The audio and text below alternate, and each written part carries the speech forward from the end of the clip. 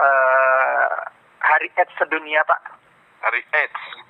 Iya, hari ini. Nah, yang ingin kami tanyakan berkaitan dengan dorongan dan pengawasan dari Komisi 9 DPR terhadap upaya pemerintah yang saat ini terus memfasilitasi kemudahan masyarakat terkait pemeriksaan HIV/AIDS sejauh ini seperti apa, Pak Rahmat? Iya, saya kira itu rapat terakhir ya kemarin dengan Menteri Kesehatan. Jadi salah satu yang kita soal adalah soal penyakit-penyakit menular. Salah satunya adalah AIDS, HIV/AIDS ya. Itu menjadi perhatian kita bersama karena banyak anak-anak kita yang terkena, terdampak, terpapar mungkin barangkali dari orang tuanya, kemudian juga ini juga menjadi perhatian bersama ketika anak-anak sudah mulai kena atau ada yang kena, tapi di dalam kehidupannya juga itu dikucilkan oleh teman-temannya. Nah, memang betul bahwa HIV adalah musuh kita bersama, termasuk yang bagaimana kita melindungi dan mengawal kepada orang-orang yang sudah terpapar. Nah, saya kira justru mulai hulu sampai hilir harus kita sampaikan kepada masyarakat edukasi. Apa itu HIV, kemudian bagaimana penyebarannya, bagaimana resikonya, dan bahayanya itu harus kita edukasi. Termasuk pemerintah juga memfasilitasi untuk tes HIV karena ini prosesnya kan juga menjadi momok masyarakat ya. Nah, saya kira pemerintah juga sudah menyiapkan obat-obatannya, kemudian juga menyiapkan segala perangkatnya. Nah, sekarang ini justru memperingati Hari AIDS sedunia ini kita gaungkan kembali ya. Kita tidak boleh terkonsentrasi kepada pandemi karena masih banyak juga penyakit-penyakit yang mematikan yang diakibatkan oleh penyakit-penyakit menular.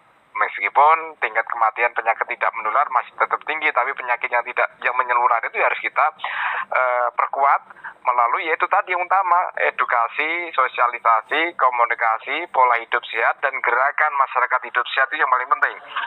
Termasuk khusus AIDS, kita harus bagaimana menghindarkan dan bisa terhindar dari penyakit AIDS. Salah satu dan utama adalah pola hidup yang sehat, mengasihi pasangan yang setia.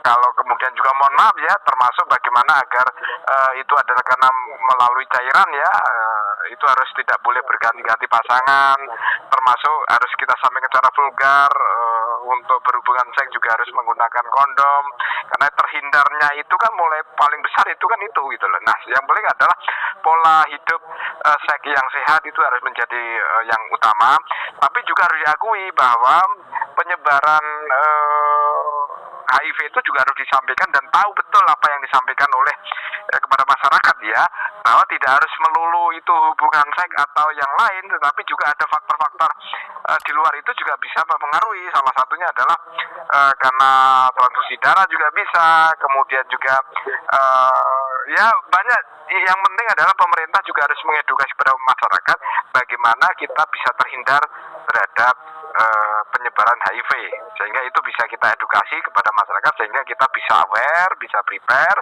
Nah, sedangkan bagi saudara kita yang sudah terkena, kita juga harus dampingi ya, karena ini juga ujian. Ada yang memang terkena karena perilaku, tetapi ada juga yang terkena dampak dari keluarganya kena sehingga menyebar yang tidak diketahui karena dampak dari ada satu keluarga yang kena. Nah, ini saya kira bagaimana pola pendampingan, kemudian yang sudah HIV itu bagaimana memberi empati itu juga harus kita sampaikan kepada masyarakat. Yang paling penting saat ini adalah ini yang menjadi perhatian kita bersama, harus edukasi, sosialisasi yang masif kepada masyarakat dengan pola hidup yang sehat. Begitu, Mas. Menurut Pak Rahmat Handoyo, dorongan pemenuhan terhadap fasilitasi orang dengan HIV/AIDS atau ODA ini apakah sudah cukup atau memang perlu ada yang ditambah kalau menurut Bapak? Nah, saya kira ini sudah cukup, cuman yang paling penting adalah edukasi dan sosialisasi kepada masyarakat ya, Mas. Karena saya beberapa berkunjung di daerah, ada juga yang anak-anak itu sudah terkena. Itu yang harus kita lindungi.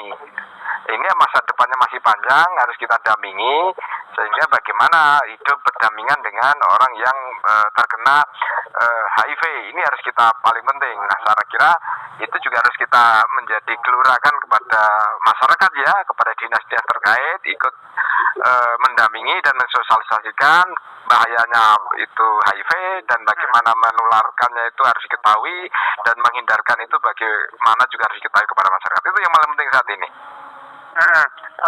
Pak Rahmat Handoyo, mungkin terakhir, kita melihat masih ada diskriminasi terhadap ODA. Nah, kalau imbauan dari Pak Rahmat Handoyo sendiri kepada masyarakat seperti apa? Ya, ini adalah suatu penyakit yang karena perilaku, tapi ada juga yang tidak berdosa atau tidak paham, tiba-tiba juga kena penyakit menular ini bisa karena tidak perilaku, artinya juga tidak terdampak akibat oleh perilaku, tapi karena penyebaran oleh keluarga maupun orang sekitarnya. Saya kira kita harus simpati dan bagaimana kita harus menemani dan mendampingi. Kita tidak boleh kucilkan, tapi bagaimana hidup berdampingan orang-orang di sekitar adanya warga yang kena HIV.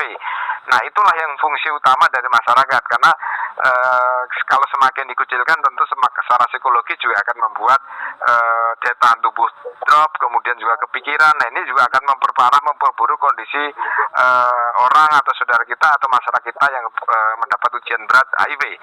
Tapi yang paling penting adalah bagaimana masyarakat juga harus kita sampaikan, dan pemerintah juga harus mengedukasi bila mana warga yang terdampak tertular oleh HIV adalah yang paling utama adalah bagaimana menyikapi itu dengan bijak, bagaimana mendampingi dan bagaimana berdampingan bertetangga dengan orang yang kena HIV. Itu yang paling utama. Nah, itu harus punya gradation yang baik. Ini bukan suatu yang harus kita hindari, tetapi bagaimana harus kita menjaga. Yang penting adalah ketika warga yang sudah terkena HIV, warga sekitar juga tidak tertular, tapi bagaimana kita merasa simpati dan empati kepada warga yang terkena HIV/AIDS begitu. Oke, baik kalau begitu Pak Rahmat. Terima kasih banyak sekali lagi Pak Rahmat Handoyo atas waktunya tadi kepada kantor Berita Radio KBR ya Pak. Baik, salam sehat selalu ya Mas. Iya, salam sehat. Makasih. Sukses selalu Pak Rahmat. Makasih. Selamat malam. Selamat malam.